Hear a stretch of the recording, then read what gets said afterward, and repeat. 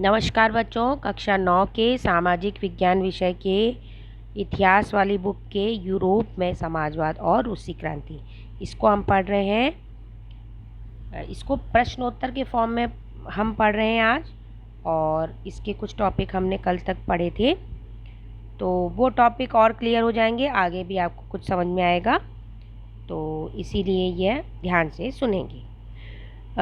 किस क्रांति के जरिए रूस में सत्ता में समाजवादियों ने कब्जा किया? तो कौन सी क्रांति थी? अक्टूबर की क्रांति। अब अक्टूबर की क्रांति किसे कहते हैं? फरवरी 1917 में राजशाही के पतन हो गया और 1917 में अक्टूबर के मिश्रित घटनाओं को अक्टूबर क्रांति कहते हैं। ठीक है, 1917 में जो जार निकोलस था उसका शासन खत्म हो गया और फरवरी के महीने में, और फरवरी से लेकर अक्टूबर तक अनेक घटनाएं हुई, और अक्टूबर में कुछ ऐसी घटना हुई कि वहाँ पर समाजवाद की स्थापना हो गई। इसे अक्टूबर क्रांति कहते हैं। निरंकुश राजशाही किसे कहते हैं? ऐसा शासन जहाँ राजा ही सर्वोपरि होता है, ठीक है, और राजा पर कोई अंकुश नहीं होता, राजा पर कोई रोक टोक नहीं होती और लोगों को कोई अधिकार प्राप्त नहीं होता। इसे ही निरंकुश राजशाही या निरंकुश शासन कहते हैं। अब रूसी साम्राज्य की अधिकांश जनता की आजीविका का क्या साधन था? तो जैसे कि कल पढ़ा था हमने, कृषि था उनकी आजीविका का साधन, और इसके साथ ही 85% लोग वहाँ पर कृषि करते थे। इतना उत्पादन होता था कि वे निर्यात भी करते थे, है ना, इतना उत्पादन कर लेते थे वे। 20वीं शताब्दी में रूस में कारीगरों और मिल मजदूरों की दशा का वर्णन करूं तो किस प्रकार की थी? किसी को जब नौकरी से निकाल दिया जाता था तो मजदूर एकजुट होकर हड़ताल करते थे, है ना, तो मतलब कई बार कई मजदूरों को नौकरी से निकाला जाता था, तो इन्होंने मजदूरों के संगठन बना रखे थे, तो ये मजदूरों के संगठन वहाँ पर जाके हड़तालें करते थे। काम की पाली के घंटे निश्चित हों, इस बात पर भी ध्यान रखने के लिए सरकारी विभाग का एक अधिकारी नियुक्त था, लेकिन सरकारी विभाग का अधिकारी भी इसको सफलतापूर्वक जो है काम के घंटे निश्चित नहीं करवा पाया, है ना। तो आगे है, उनकी जो थी मजदूरों के रहने के लिए कमरे तो थे ही और डरमीटरों की भी व्यवस्था थी।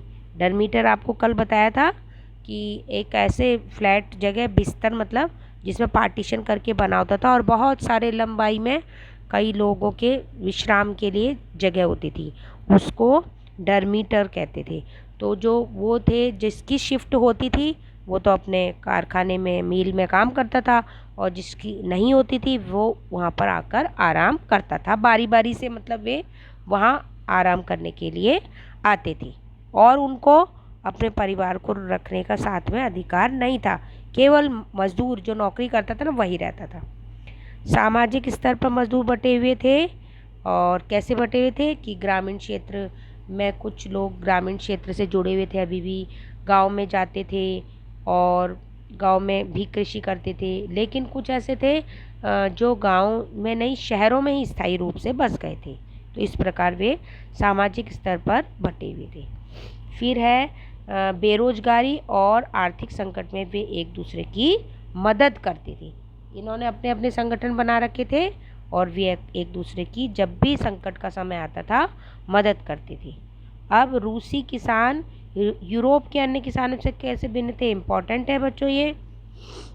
जो रूस के किसान थे, इन्होंने क्या था कि जो ज़मीन थी वो कभी कभी अपने कम्यून को देते थे, और जो है उसके बाद में परिवार की ज़रूरत के अनुसार जो है किसानों को वह भूमि बांट दी जाती थी। और जबकि फ्रांसीसी क्रांति के दौरान ब्रिटानी के जो किसान थे न केवल नवाबों का सम्मान करते थे, बल्कि उन्हें बचाने के लिए उन्होंने बहुत सारी लड़ाइयाँ भी लड़ी, युद्ध करते थे, मतलब किसान के साथ साथ जब भी ज़रूरत पड़े वे युद्ध भी लड़ने जाते थे। तो इस प्रकार अन्य जगह ऐसा था। और रूस में वापस चलते हैं। इसके विपरीत रूस के किसान चाहते थे कि नवाबों की ज़मीन छीनकर किसानों में बांट दी जाए। तो इस प्रकार इनमें भिन्नता थी। अब है विश्व में लोकतंत्र स्थापित करने की 3 घटनाएं। तो इंग्लैंड में 1688 की शानदार क्रांति हुई थी, तो लोकतंत्र की स्थापना हुई थी। 1776 में अमेरिका का स्वतंत्रता घोषणा पत्र हुआ था अमेरिका में, और 1789 में फ्रांस की क्रांति हुई थी जिसमें स्वतंत्रता, समानता, बंधुत्व ये 3 नारे दिए गए थे। और इन महान सिद्धांतों की नींव इन्होंने रखी जो कि लोकतंत्र की मुख्य स्तंभ है। अगला है खूनी रविवार से आप क्या समझते हैं। तो ऐसा हुआ था कि रूस में जार का शासन जनवरी 1905 ईस्वी के एक रविवार के दिन कुछ लोगों ने जो है जुलूस निकाला, ठीक है, और याचिका दायर करने की कोशिश की, परंतु जार के सैनिकों ने उन पर गोलियां चलाई और जिनसे लगभग 1000 मजदूर मारे गए, तो कई हजार घायल भी हो गए थे। इसीलिए इस हत्याकांड को खूनी रविवार के नाम से जाना जाता है। तो वे क्या थे, जुलूस निकाल रहे थे। जुलूस निकालते हुए जो है वो याचिका दायर करना चाहते थे। जुलूस निकाल के जब न्यायालय में जाकर याचिका दायर करना चाहते थे, लेकिन बीच में ही जो जार के सैनिक थे वो आए और उनको गोलियों से भून दिया। बहुत सारे लोग, 1000 लोग मर गए, 1000 लोग, कई हजार घायल हो गए। इसीलिए इसे खूनी रविवार के नाम से इतिहास में जाना जाता है। आगे है सोवियत शब्द। अब क्या है, सोवियत शब्द में मजदूरों के प्रतिनिधियों की परिषद थी ये।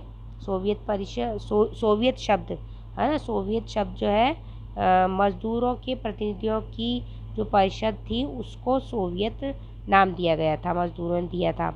1905 में रूसी क्रांति के बाद पहली बार सोवियत का नाम दिया गया। सोवियत जो है शब्द रूस के में मजदूरों किसानों के संघ को कहा जाता है। तो यह भाग समाप्त हुआ बच्चों, धन्यवाद।